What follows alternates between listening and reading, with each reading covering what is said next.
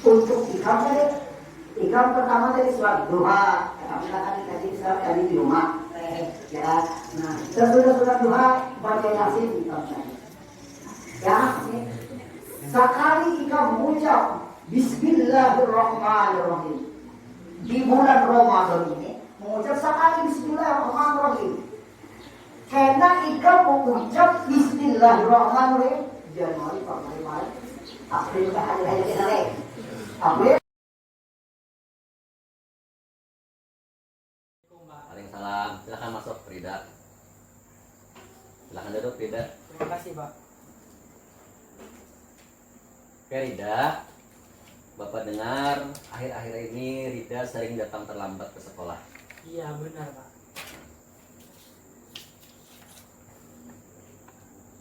Tidak ada manusia yang sempurna.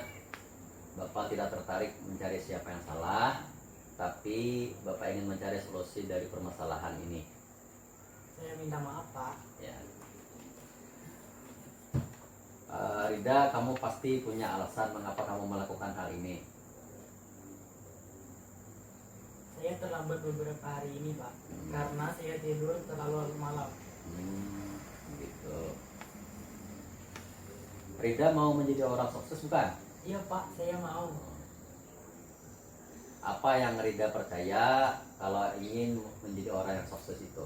Saya harus disiplin dan selalu menghargai waktu. Bapak setuju dengan Rida. Apakah Rida mau mulai hari ini berubah menjadi disiplin dan menghargai waktu? Iya, Pak. Saya mau. Saya janji. Terima kasih Rida. Terus Bapak minta tanggapan Rida bagaimana terkait penanganan kasus seperti model restitusi ini. Saya merasa sangat dihargai. Walaupun saya melakukan kesalahan, ini sangat baik untuk diterapkan di sekolah. Oke. Terima kasih Rida. Ya, silahkan kembali ke kelas. Sama-sama, Pak. Terima kasih. Ya.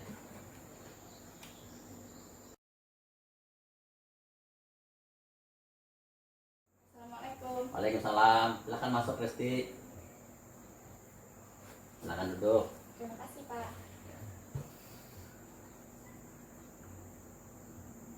Resti, Bapak menerima laporan dari Ibu Lia bahwa Resti beberapa hari tidak mengerjakan PR yang diberikan oleh Ibu Lia. Iya, Pak. Resti, berbuat salah itu tidak apa-apa, biasa saja. Iya, Pak. Saya minta maaf.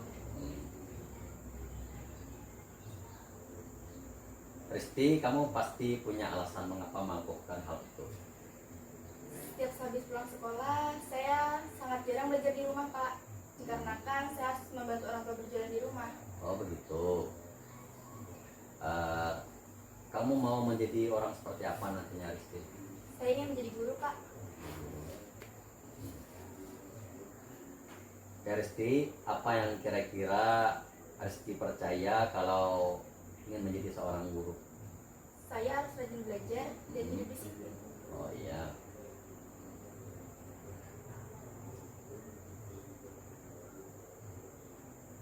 Bapak setuju dengan Resti. Jadi mulai hari ini Resti mau berubah menjadi lebih rajin belajar dan disiplin. Iya, Pak. Saya janji. Oh iya. Ya Resti, terima kasih. Kemudian tanggapan kamu bagaimana penanganan kasus dengan model restitusi seperti ini? Saya tidak merasa dipermalukan walaupun saya buat kesalahan. Justru ini sangat bagus diterapkan di sekolah. Terima kasih Resti. Iya, Pak. Silahkan kembali ke kelas. Terima kasih, Pak.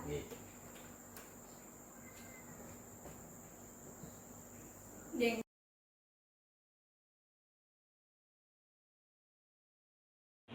Bapak Ibu, sekolah yang sama-sama kita hormati, Ibu Pipi yang sama-sama kita hormati. Jadi topik kita pada hari ini terkait dengan hukuman, konsekuensi, dan restitusi ya, terkait dengan budaya positif yang ada di sekolah kita. Nah, jadi hukuman itu ada beberapa hal yang bisa kita ambil dari kesimpulan. Yang pertama adalah sesuatu yang menyakitkan yang bisa terjadi kepada siswa. Nah, sesuai dengan slide yang ada di grup gerak itu. Yang kedua adalah membuat anak sakit fisik maupun sakit hati. Nah, kemudian kalau konsekuensi itu adalah membuat anak merasa tidak nyaman dalam jangka waktu yang pendek. Kemudian hukuman itu bisa juga mengakibatkan anak membenci kedisiplinan. Kemudian dilakukan dengan paksaan, mendorong anak menyakiti diri sendiri. Kemudian konsep diri yang buruk, anak belajar untuk menyembunyikan kesalahan. Kemudian marah, kemudian merasa bersalah, dipermalukan, merasa tak dihargai. Nah, konsekuensinya lebih manis, ya? Lebih manis. Kemudian yang terakhir, restitusi. Restitusi ini kalau dipengertikan adalah proses menciptakan kondisi bagi murid untuk memperbaiki kesalahan mereka. Nah, kemudian restitusinya ada 3 langkah. Yang pertama yaitu ada yang disebut dengan baru lah, restitusi ini baru. Kalau kita di IPM itu ada ada membuka PM, ada yang namanya segitiga restitusi. Yang pertama adalah menstabilkan identitas, kemudian validasi kebutuhan anak, yang terakhir adalah menanyakan keyakinan. Nah, di video sini bisa kita lihat bagaimana seorang guru melakukan restitusi terhadap kesalahan siswa. Jadi semua guru kalau bisa seperti itu katanya. Nah, aku putarkan videonya.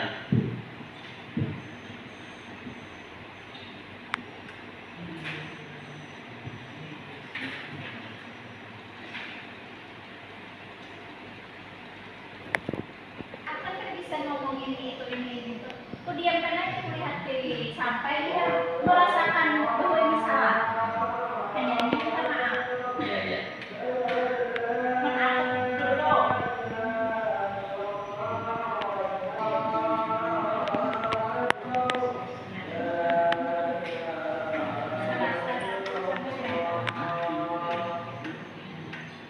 Nah, ya, Ibu, warnai ini.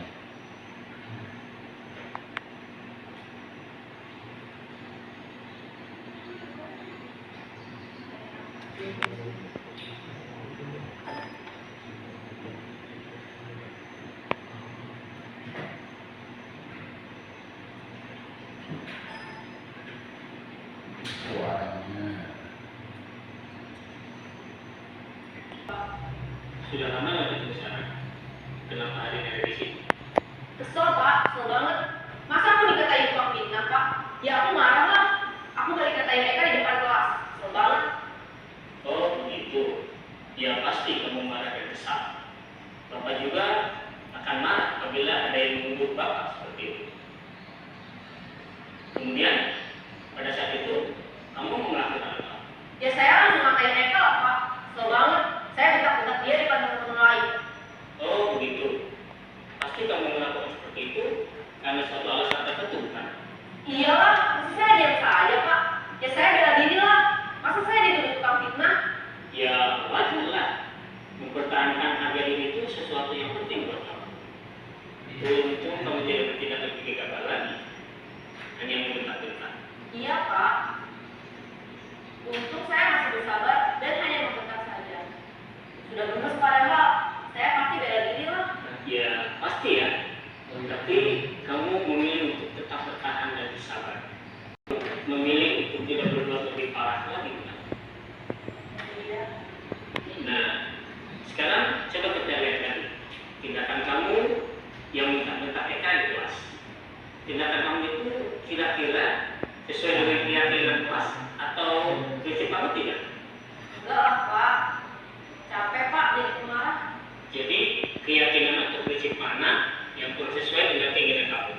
Ya saya sebenarnya sangat menghargai orang lain. Mungkin saat itu saya menjadi emosi. Jadi tidak menunjukkan sikap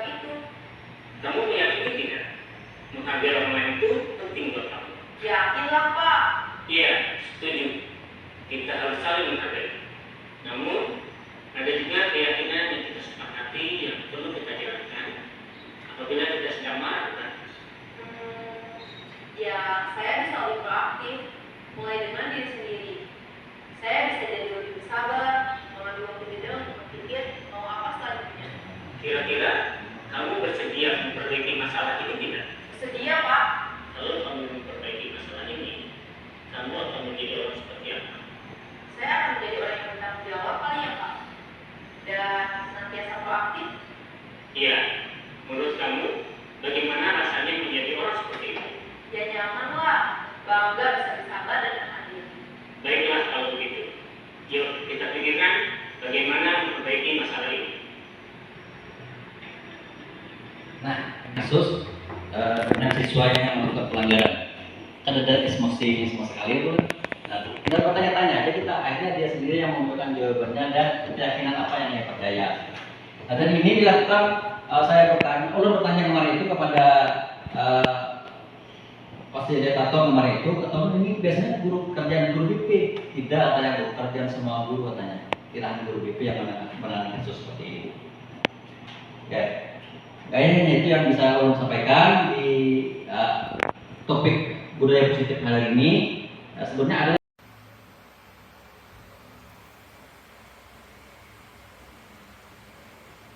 Baik, Bapak Ibu, terima kasih atas pertanyaannya. Kita lanjutkan.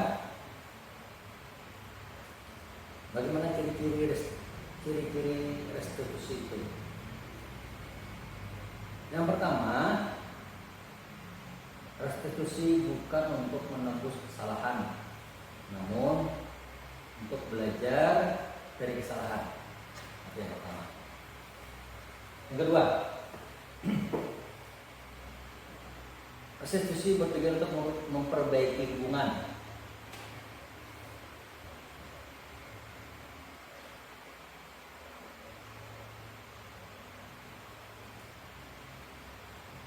Kemudian yang ketiga, restitusi adalah sebuah tawaran, bukan paksaan. Kemudian restitusi menuntun untuk melihat ke dalam diri yang bersangkutan yang melakukan kesalahan. Kemudian yang kelima, restitusi mencari kebutuhan dasar yang mendasari tindakan. Kemudian yang keenam, restitusi diri adalah cara yang paling baik. Yang ketujuh, restitusi fokus pada karakter bukan tindakan. Yang kedelapan, restitusi fokus pada solusi. Yang kesembilan, restitusi mengembalikan murid yang berbuat salah pada kelompoknya. Itulah 9 ciri-ciri restitusi. Nah, selanjutnya kita akan coba bahas dari ini. Jadi seperti yang saya sampaikan sebelumnya, bahwa segitiga restitusi itu yang pertama adalah menstabilkan identitas, ya, yang ini. Kemudian yang kedua adalah memvalidasi kesalahan. Yang ketiga adalah menanyakan keyakinan. Nah, ini semua masing-masing fase ini ada ungkapan-ungkapan, ya, yang diungkapkan oleh guru pada siswa tersebut. Kita mulai dari menstabilkan identitas, ya. Tujuannya adalah untuk membuat anak yang merasa gagal karena berbuat salah menjadi positif terhadap dirinya sendiri. Nah, guru bisa berkata pada siswa itu, yang pertama adalah berbuat salah itu hal yang manusiawi. Itu yang pertama. Artinya semua manusia bisa berbuat salah, termasuk kamu, kan? Kemudian tidak ada manusia yang sempurna. Bisa kita ucapkan demikian. Kemudian Bapak Ibu juga pernah berbuat salah. Pernah juga berbuat salah. Kemudian yang keempat, kita pasti bisa menyelesaikan permasalahan ini. Seterusnya, Bapak Ibu tidak tertarik untuk mencari tahu siapa yang benar, ya, siapa yang salah, tetapi Bapak Ibu lebih tertarik untuk menyelesaikan masalah. Nah, ini bisa kita ucapkan kepada siswa kita ya, yang melakukan kesalahan.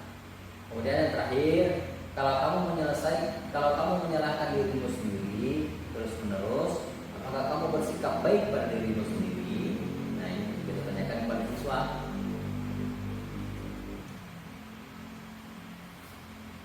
Kemudian yang seterusnya,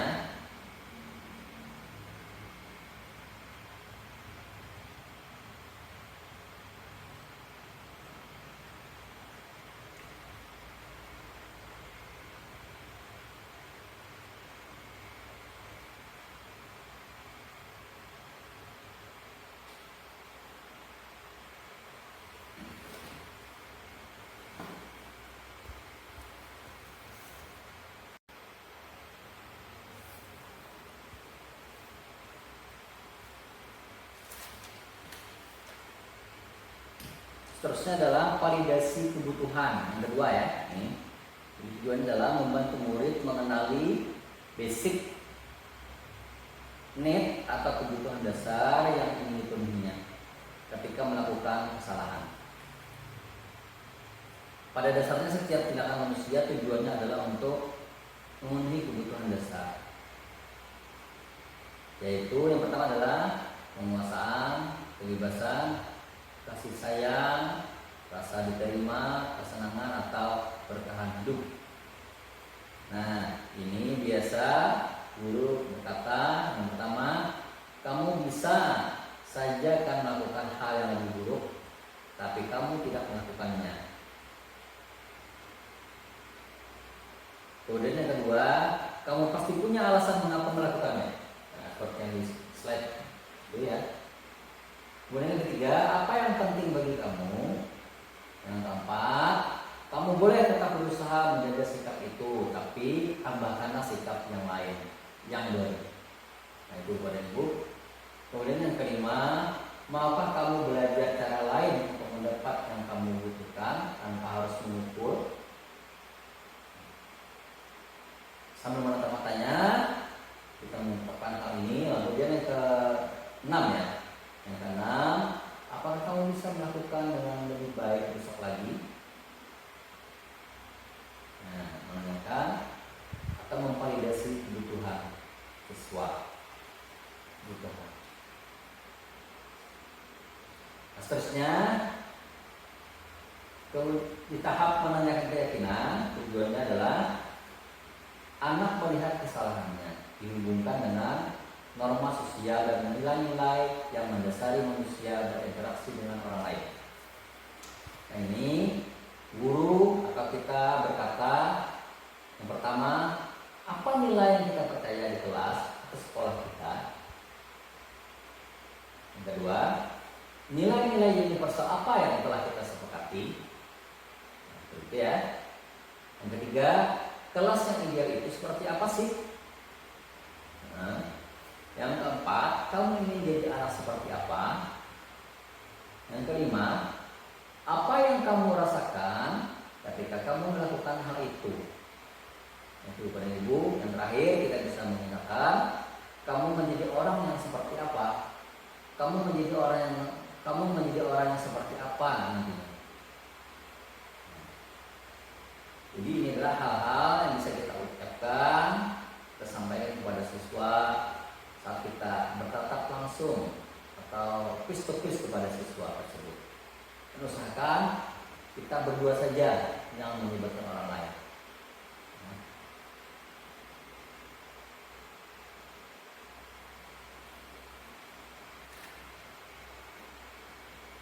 Ya, Bapak Ibu, mungkin ada yang kita diskusikan dan ditanyakan terkait hal-hal yang sudah saya jelaskan. Silakan dengan jempol.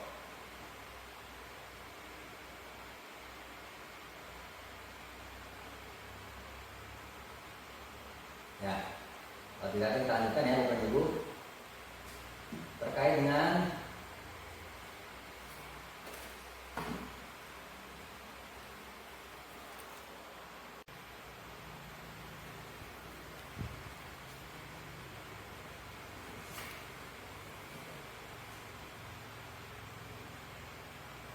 Nah ini, apakah makna disiplin itu? Ya, ini pertanyaan yang sesuai dengan judul kita ya. Disiplin yang positif ya.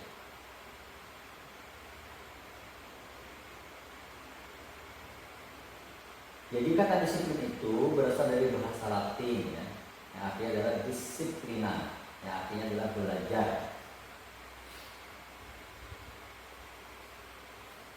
Kemudian disiplin diri membuat orang menggali potensinya menuju sebuah tujuan apa yang dia hargai. Namun tentunya dalam budaya kita, makna kata disiplin telah berubah menjadi sesuatu yang dilakukan seseorang pada orang lain untuk mendapatkan kepatuhan. Kecenderungan umum adalah menghubungkan kata disiplin dengan tingkat kenyamanan, bukan dengan apa yang kita hargai atau pencapaian suatu tujuan mulia. Nah, itu makna disiplin. Nah, kemudian terusnya yaitu nilai-nilai. Nah, yang saya sampaikan adalah nilai-nilai kebajikan universal. Apa itu nilai-nilai?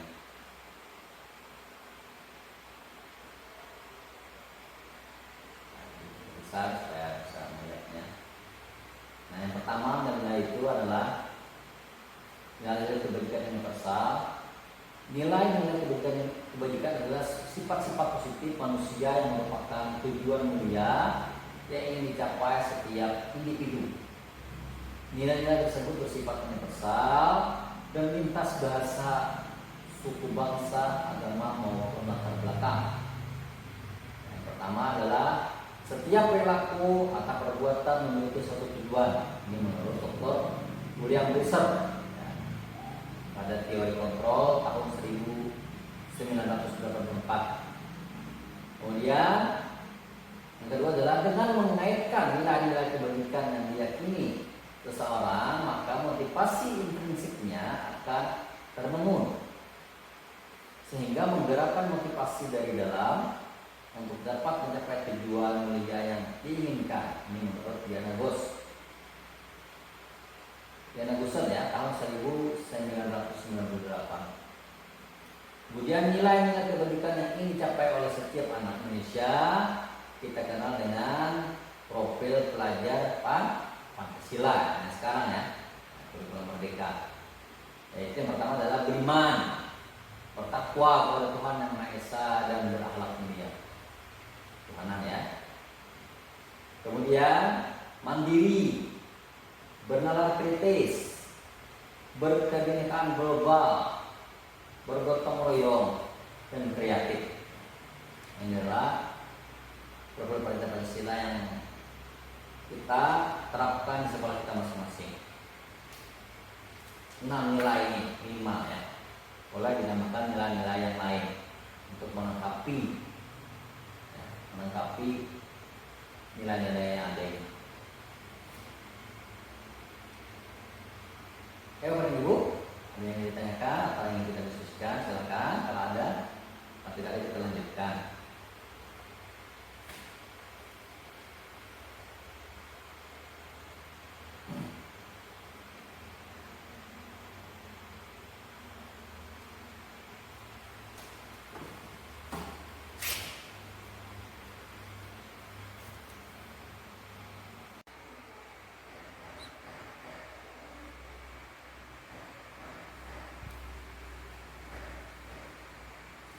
Baik, kepada Ibu, kita lanjutkan materi kita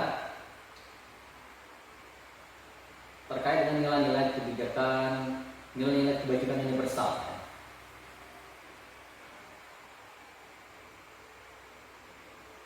Jadi Ki Hajar Dewantara maupun Diana Gosser, kedua pakar tersebut, mengartikan disiplin adalah sebagai bentuk kontrol diri, yaitu belajar untuk kontrol diri agar dapat mencapai suatu tujuan mulia. Tujuan mulia di sini mengacu pada nilai-nilai atau prinsip-prinsip mulia yang dianut oleh seseorang. Kita namakan nilai-nilai tersebut sebagai pilar nilai-nilai kebajikan universal. Nah, kemudian nilai-nilai kebajikan universal itu ya disepakati bersama. Nah, ini terlepas dari suku, bangsa, ya, agama, bahasa maupun latar belakang. Nilai-nilai ini merupakan payung besar dari sikap dan perilaku kita. Ya. Kemudian nilai ini juga merupakan fondasi kita dalam berperilaku.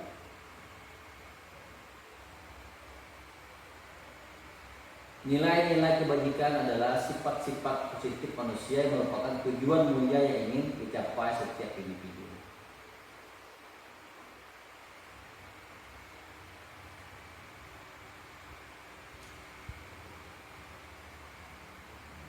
Kemudian Diana Gusson mengemukakan bahwa dengan mengaitkan nilai-nilai kebajikan yang yakin seseorang, maka motivasi intrinsiknya akan terbangun, sehingga menggerakkan motivasi dari dalam untuk dapat mencapai tujuan mulia yang diinginkan. Nah, sini kita lihat beberapa nilai-nilai kebajikan yang bisa kita cermati sama-sama. Ya. Yang pertama yaitu ada nilai peduli. Nilai peduli. Artinya kita berempati ataupun semacam kayak perhatian, ya, menaruh perhatian kepada orang lain. Peduli. Ini baik itu kepada sesama maupun kepada binatang, kepada benda dan lainnya, pada tumbuhan dan sebagainya, pada sesama manusia. Kemudian ada keterus-terangan. Kemudian ada nilai kebersihan. Kita lihat ya, nilai kebersihan. Komitmen kepada ibu. Komitmen ini maksudnya adalah suatu upaya untuk mencapai sesuatu secara bersama-sama. Komitmen.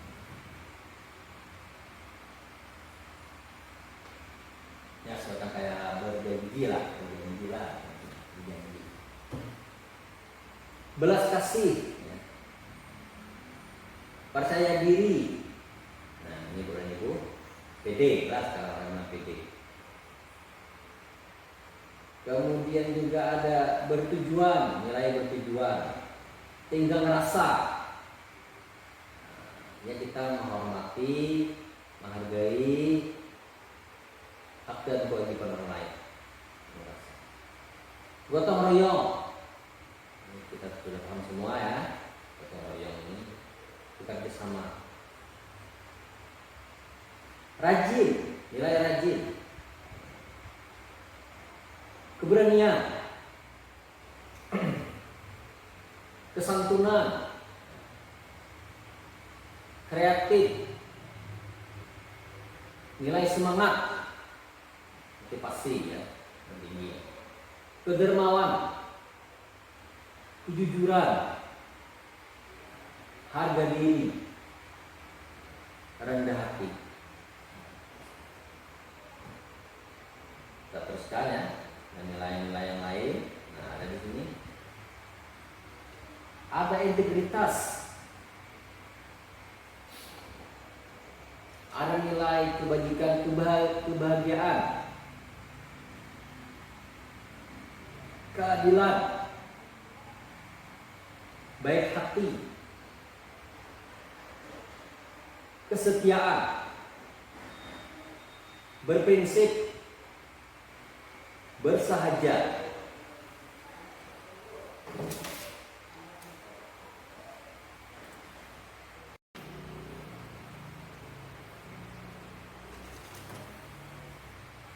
Keteraturan, kedamaian, keteguhan hati, rasa hormat, tanggung jawab, pengabdian, bijaksana, bersyukur, toleransi, percaya, lurus hati. Ini maksudnya kita tidak sombong, tidak ria,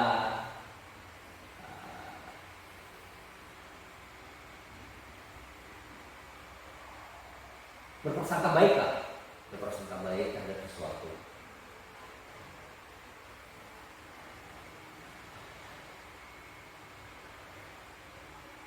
Kemudian ketegasan dan nilai pengertian. Nah, nilai-nilai ini adalah yang disebut dengan nilai-nilai kebajikan.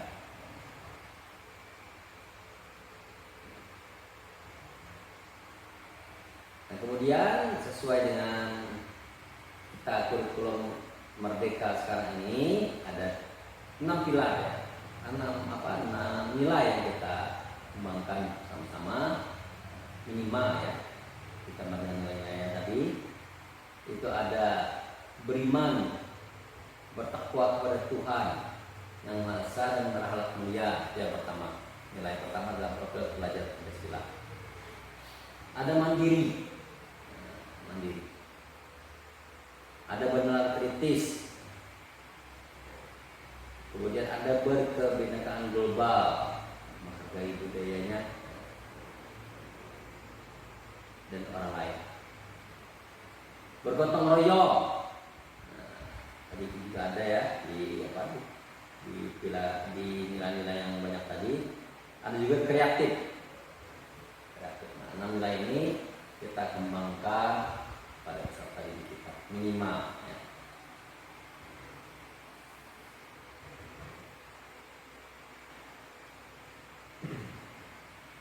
Nah, baik Bapak dan Ibu,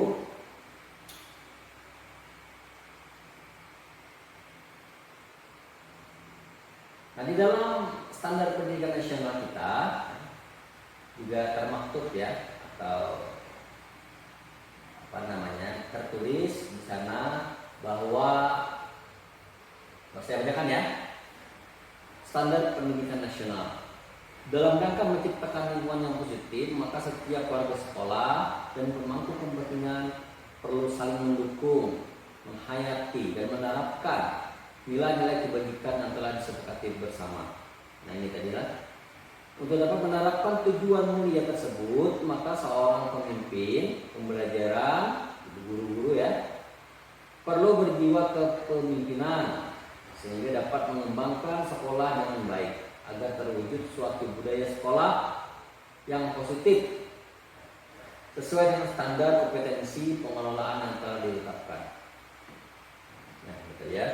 Kemudian tujuan mulia dari penerapan disiplin positif adalah agar terbentuk murid-murid yang berkarakter. Nah, ini tadilah tujuannya adalah untuk membentuk murid-murid yang berkarakter, berdisiplin, santun, jujur, peduli, bertanggung jawab, dan merupakan pembelajar sepanjang hayat sesuai dengan standar kompetensi lulusan yang diharapkan. Nah, itu adalah standar pendidikan nasional di Indonesia. Kita semua, ya.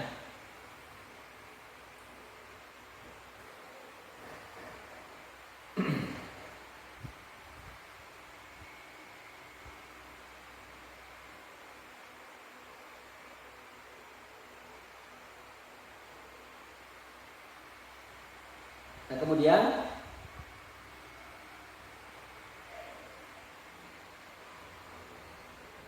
ada juga ya petunjuk sama hidup dan keterampilan hidup ini. Keterampilan hidup ini ada yang dapat dipercaya, inilah. Nah, ada lurus hati, pendengar yang aktif, keterampilan hidup ini. Ada tidak merendahkan orang lain, memberikan yang terbaik dari diri. Nah, ini termasuk keterampilan hidup. Ya.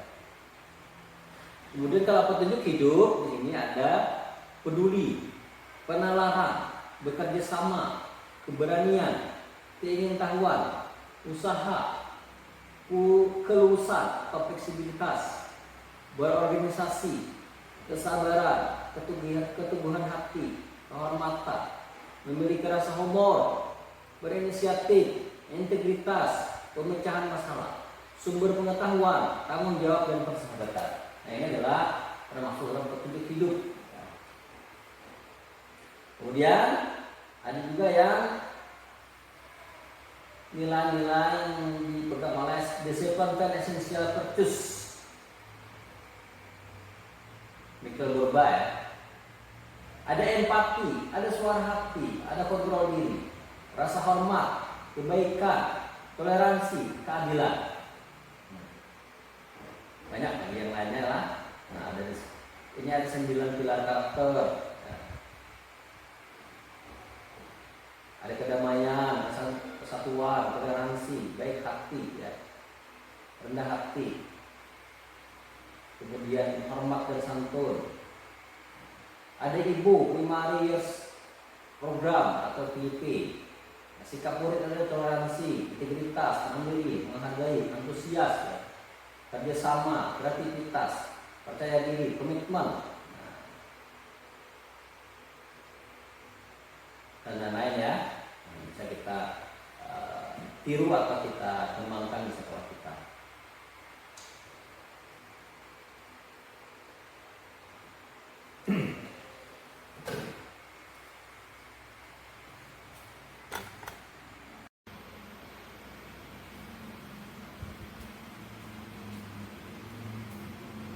Nah, kemudian kita masuk di tahap teori motivasi ya, teori motivasi manusia.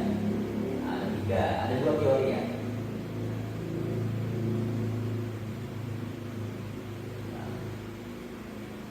Nah, teori yang pertama yaitu yang disebut dengan motivasi eksternal. Nah, eksternal itu kan sesuai dengan namanya adalah luar ya, bagian luar. Yaitu untuk menghindari ketidaknyamanan atau hukuman.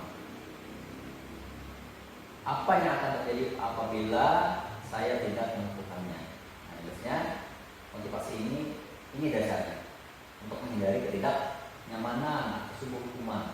Nah, kemudian seorang melakukan sesuatu. Kemudian yang kedua, bisa juga motivasi eksternal ini dilakukan untuk mendapatkan suatu imbalan dari orang lain ataupun sebuah institusi ya. Kemudian apa yang saya lakukan, apa yang saya akan dapatkan apabila saya melakukannya. Seperti itu juga termasuk motivasi eksternal, mendapatkan imbalan. Tadi yang pertama-tama dari hukuman atau ketidaknyamanan, kemudian mendapatkan imbalan. Itu termasuk motivasi eksternal, seseorang melakukan sesuatu. Kemudian yang kedua, motivasi manusia yang kedua, motivasi disebut internal, yang bagian dalam. Motivasi yang tujuannya adalah positif, yang bagus, gitu ya. Biasanya tujuan adalah untuk menghargai diri sendiri. Jadi orang melakukan itu adalah untuk menghargai dirinya sendiri. Nah, dia bertanya dalam hatinya, saya akan menjadi orang seperti apa bila saya melakukannya? Berdasarnya seperti itu biasanya. Dia bertanya, saya akan menjadi orang seperti apa apabila saya melakukannya? Lanjut ya. Kemudian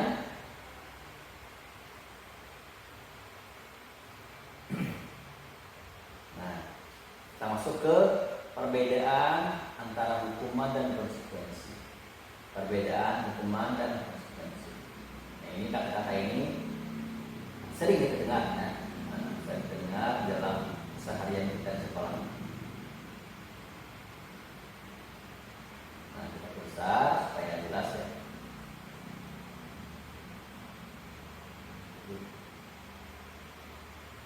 Nah, cukup ya.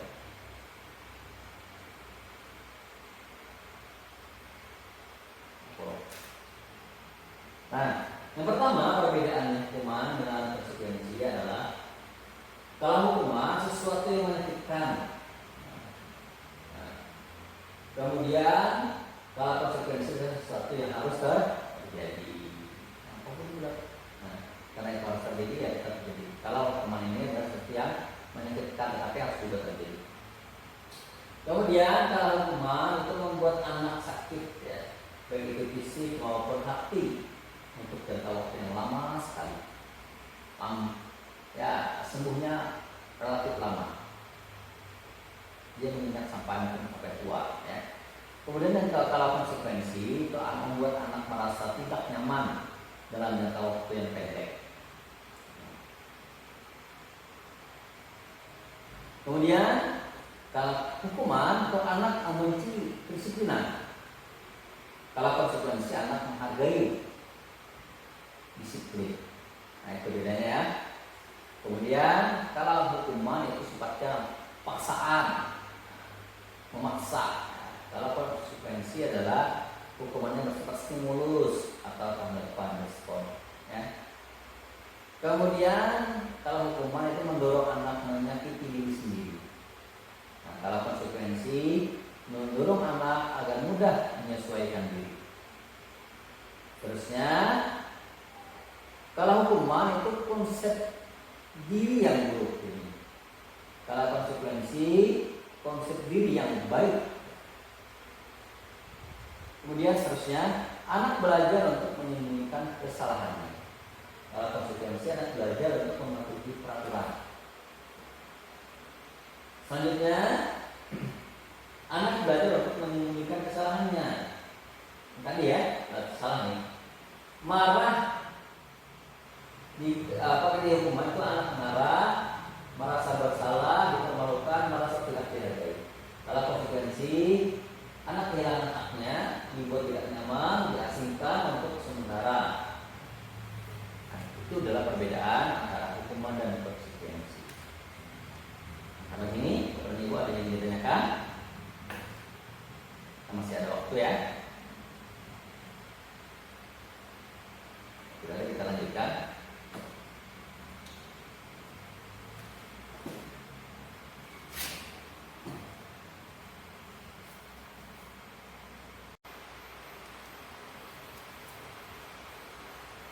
Nah, Bapak Ibu, selanjutnya kita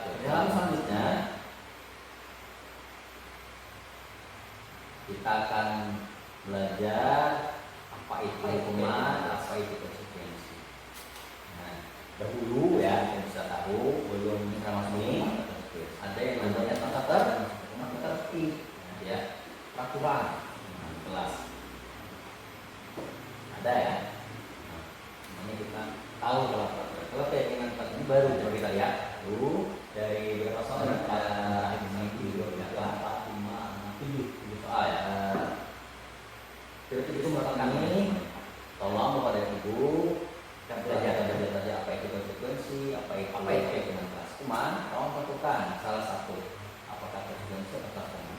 Tadi ya rumusnya keyakinan kelas itu nyambung dengan sesuatu yang kita. Kenapa tidak peraturan saja? Bukan itu sampai harus keyakinan. Salahnya atau itu nyambung dengan hukuman dengan apa yang dia lakukan. Tujuannya adalah konsekuensi keyakinan. Kalau tidak nyambung, lebih dibiarkan seseorang melakukan kesalahan ini, kita menurut ini lebih apa? Jadi menang. Tidak nyambung seseorang tersebut dan mengikuti sebuah gitu ya atau serangkaian peraturan kayak yang pertama itu biasanya berdasarkan anak mencatat 100 kali di dalam buku kalimat dalam diri seseorang. Di dalam buku kalimatnya adalah yakin saya tidak akan terlambat lagi nilai-nilai karena dia datang terlambat ke sekolah. Ayo aturan kan biasanya. Nah di dalam benak kita dalam pikiran kita ini apa tidak nih? Anak datang terlambat, dia disuruh mencatat 100 kali. Makanya nih ya, saya tidak apa kita memiliki peraturan harus nyambung atau tidak. Bila anda terlambat dengan menulis, kamu tidak. Tidak nyambung. Berarti termasuk mengapa kita memiliki peraturan seperti itu? Menggunakan masker, mencuci tangan, menjaga jarak 1,5 meter. Yang kedua, juga mengapa kita memiliki peraturan harus lari mengiringi lapangan basket 2 kali?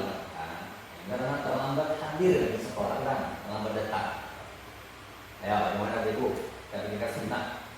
Ini nyambung atau tidak ini? Anak 2 kali lari utara, basket, karena dia terlambat. Nyambung atau tidak? Perbedaannya. Ya betul sekali Pak dan keyakinan kelas masuk hukuman perbedaannya. Yang ketiga, murid diminta untuk harus sekali ya, karena tidak menggunakan masker ke sekolah. Mungkin jauh kemarin tahun 2020 kemarin ya, Jadi kalau peraturan itu Anda tidak menggunakan masker, selalu selalu kembali. Ya, namun tidak. Antara masker dan selalu kembali. Ya, betul sekali begitu. Tidak nyambung itu. Itu selalu kembali. Itu ngasal. Kita masuk bu. Adalah rumah. Ya, bertanggung jawab. Ya, bertanggung jawab. Kita baca dari Ibu. Kalau peraturannya dilarang mengganggu orang menggantikan kertas tugas yang telah teman yang telah dilarang, anak menggantikan kertas tugas teman yang telah tugas selanjutnya siswa habis sekolah tidak sebelum pembelajaran dimulai. Nah, kira-kira kaitan dengan siapa? Tidak corek, hanya maksud orang dia main dan berkembang atau dia menggantikan kertas yang diajar. Nomor tiga, nyambutnya. Nomor tiga, siswa dilarang melakukan ada tidak sampai seperti ya. Nyambung ya, keselamatan wajar dia menyatakan bila dia mencorek. Selanjutnya dilarang menggunakan narkoba. Alasan seperti itu. Kemudian kalau keyakinan adalah keyakinan kelasnya bisa kita dengan membersihkan sehat air bersih tulis karena tersenggol pada saat belajar. Keinginannya. Ya biar satu adalah bergantian atau dia membersihkan air. Dia oleh karena dia tersenggol lain atau tersenggol pada saat belajar sabar belajar. Nyambung tidak? Ya nyambung. Gunakanlah masker termasuk kotoran seperti wajar. Maksud adalah yang menyenggol kesehatan kesehatan atau keselamatan keselamatan. Nah keenam, muridnya peraturan kelasnya misalnya jangan berlari untuk kelas atau koridor, ya. Karena tidak memakaikan kelas waktu berwarna hitam kelas. Ayo bagaimana keselamatan kayak aman hitam terus lepaskan semangatnya seharian kelas aman. Yang mau atau tidak nyambung. Mereka masuk itu hewan-hewan yang digunakan. Yang terakhir, murid lari mengelilingi lapangan basket 2 kali karena terlambat 10 menit untuk pelajaran berlanjutan jas bagi mereka. Ya, yang mau atau tidak? Lain sudah asik belajar ada ya, ada siswa yang terlambat dari berlari sebenarnya 2 kali putaran. Nah, ya nyambung mereka masuk kan teman-teman juga lari sebelumnya. Nah, kemudian ibu selanjutnya kita belum datang. Ada pertanyaan mengenai ibu? Nah, apa itu keyakinan kelas?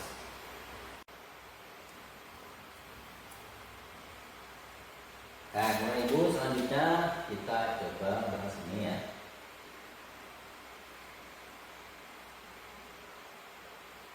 Nah, apa itu keyakinan kelas? Dahulu ya, sebelum ini ada yang namanya tata tertib, ya. Peraturan di kelas.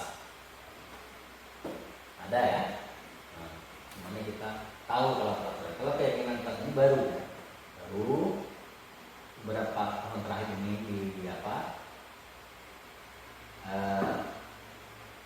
dikemukakan oleh pemerintah. Ya.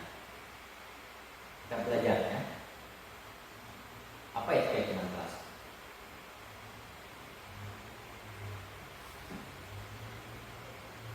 Nah, keyakinan kelas itu yaitu kenapa tidak peraturan saja ya? Kenapa juga harus keyakinan kelas? Nah, jadi tujuannya adalah keyakinan kelas itu lebih menggerakkan seseorang, ya, lebih menggerakkan, lebih mengena di hati seseorang dibandingkan mengikuti sebuah atau serangkaian peraturan-peraturan. Itu biasanya berdasarkan atau didukung oleh motivasi intrinsik oleh seseorang dalam diri seseorang. Hanya yang disebut dengan keyakinan atau nilai-nilai yang dia punya. Dalam peraturan kan biasanya sifatnya memaksa, ya, memaksa. Contohnya di sini ya, mengapa kita memiliki peraturan harus menggunakan helm bila mengendarai kendaraan roda 2? Ini peraturannya. Kemudian yang kedua, mengapa kita memiliki peraturan 3M? menggunakan masker, mencuci tangan, menjaga jarak 1,5 meter. Ya. Nah, yang ketiga, mengapa kita memiliki peraturan harus datang tepat waktu pada saat mengikuti pelatihan? Nah, ini contoh peraturan.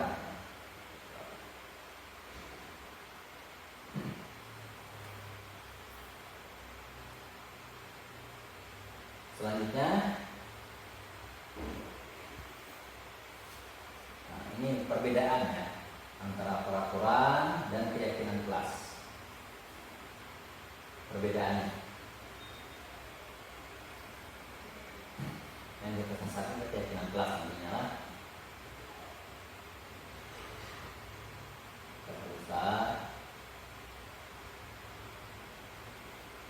Nah, jadi kalau peraturan itu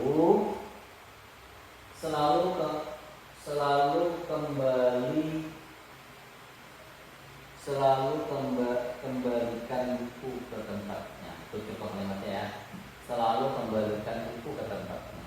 Nah, lalu keyakinan kelasnya adalah apa kira-kira? Ya, bertanggung jawab. Bisa bertanggung jawab.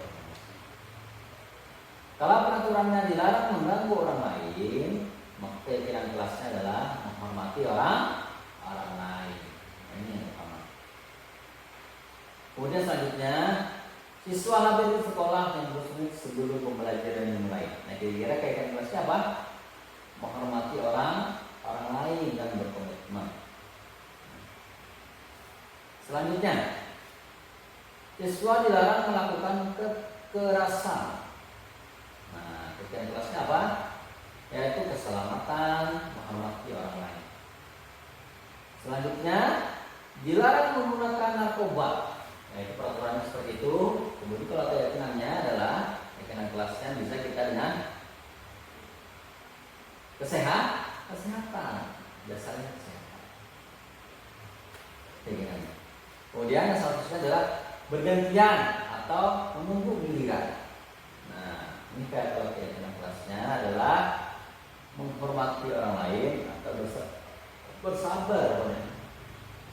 Selanjutnya, gunakanlah masker. Nah, peraturannya seperti itu. Keyakinan kelasnya adalah kesehatan atau keselamatan, agar kita selamat, agar kita sehat.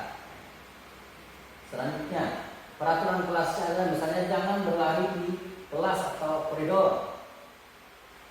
Nah, apa keyakinan kelasnya? Kalau keyakinan kelas keselamatan, keamanan, ya. Jadi siswa merasa selamat, merasa aman di kelas. Hewan-hewan yang digunakan terkait dengan peraturan atau keyakinan kelas ini. Sebelum kita lanjutkan, oke, ada ya.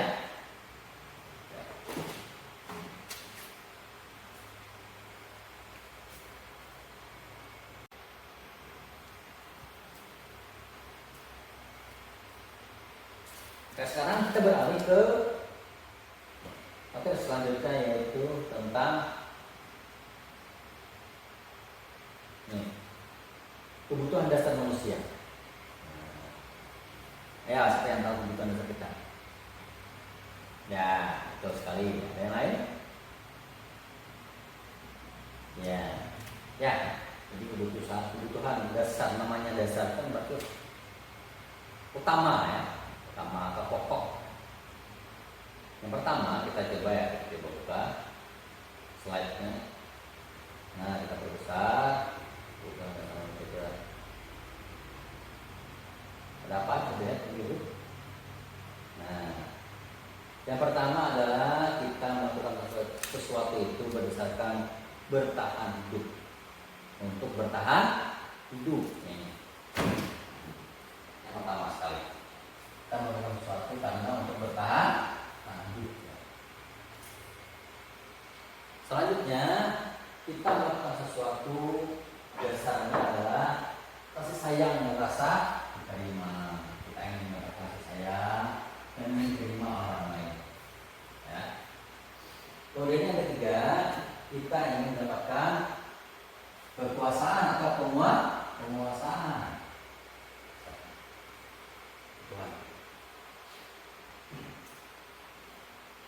Yang keempat, pesan adalah untuk mencari kebebasan. Kita ingin bebas. Nah, kita melakukan sesuatu itu.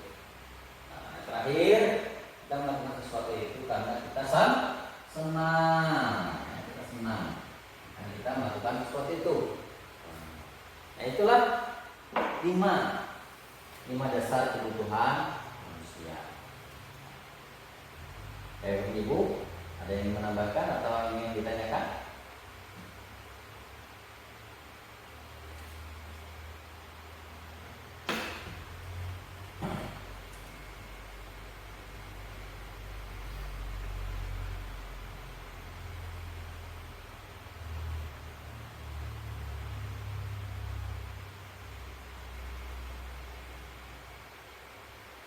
Sudah ada? Ya.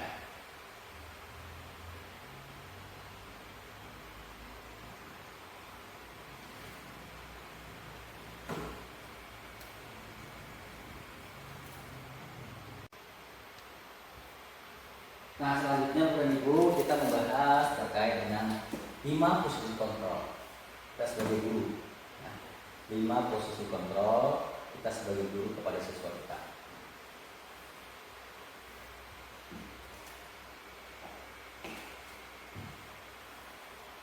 Yang pertama ya, kita coba bahas kita sebagai penghukum. Nah, kita coba baca ya, sama-sama supaya kita tahu bagaimana sih seorang guru yang memiliki sifat penghukum ya. Nah, kalau misalnya dihindari ya, karena ini termasuk negatif ya, buatan negatif, kurang bagus.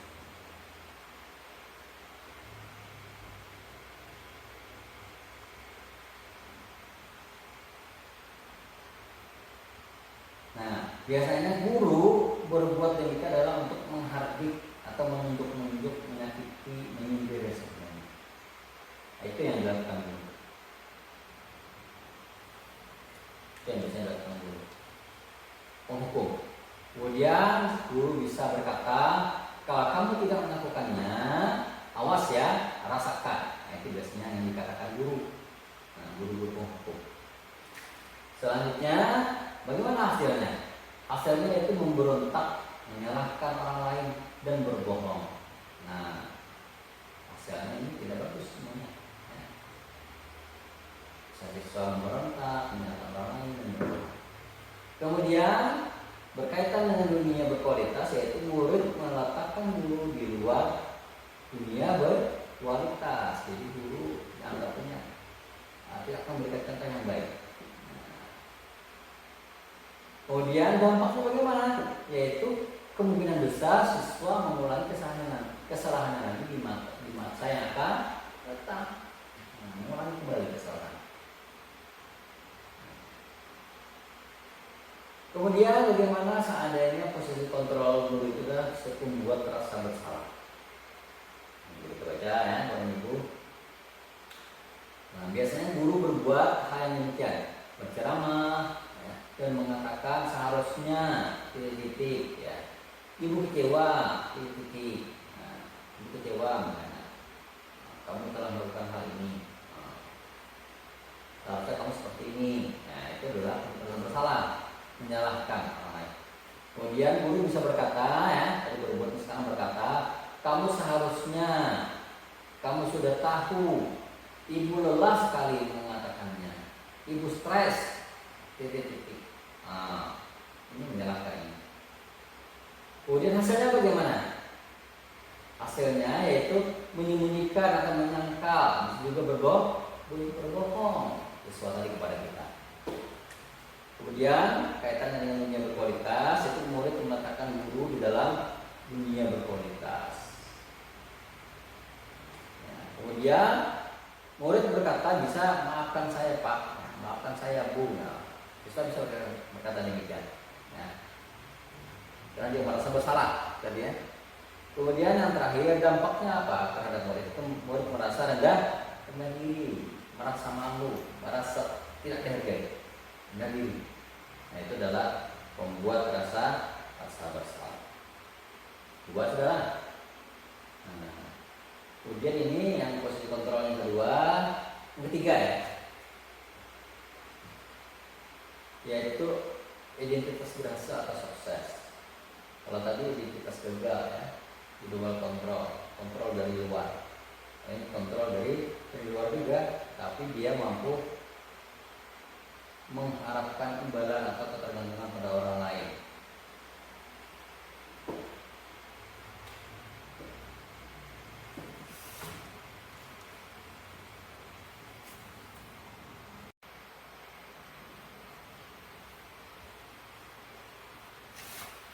Bapak Ibu, kita lanjutkan. Jadi ada identitas siswa, ada identitas guru, ya. Ada posisi guru sebagai teman. Teman ini biasanya guru membuatkan alasan-alasan untuk muridnya. Bagi teman Pak, pada saat awal murid dianggap sebagai kawan. Jadi guru membuatkan alasan-alasannya. Kemudian guru bisa berkata, ayolah lakukan demi ibu atau demi bapak. Ya. Masa kamu tidak mau? Ingat tidak? Kamu pernah bantu ibu. Kamu ingat tidak? Ibu pernah bantu titik-titik. Nah ini kalimat kayak menganggap murid sebagai kawan. Nah, saya blok ini. Ya. Nah kemudian apa dampaknya ataupun hasilnya bagi siswa, yaitu siswa merasa ketergantungan pada gurunya. Kalau guru tidak membantu, dia malas berpikir sendiri, tidak mandiri. Kemudian yang keempat yaitu kaitannya dengan dunia berkualitas, yaitu murid meletakkan guru sebagai orang yang sangat penting di dunia berkualitas. Nah, yang terakhir, bukan yang terakhir ya. Murid berkata biasanya, yang diucapkan murid adalah saya pikir bapak atau ibu teman saya, ternyata begitu. Dia kembali menyalahkan gurunya, karena dia menganggap guru sebagai kawannya. Kemudian yang terakhir, dampaknya pada waktu apa? Dampaknya itu lemah. Murid menjadi lemah, tidak mandiri, tergantung kepada orang lain, tergantung kepada guru. Sama ya, orang bagus juga ini posisinya sebagai teman. Kemudian bagaimana kalau sebagai teman?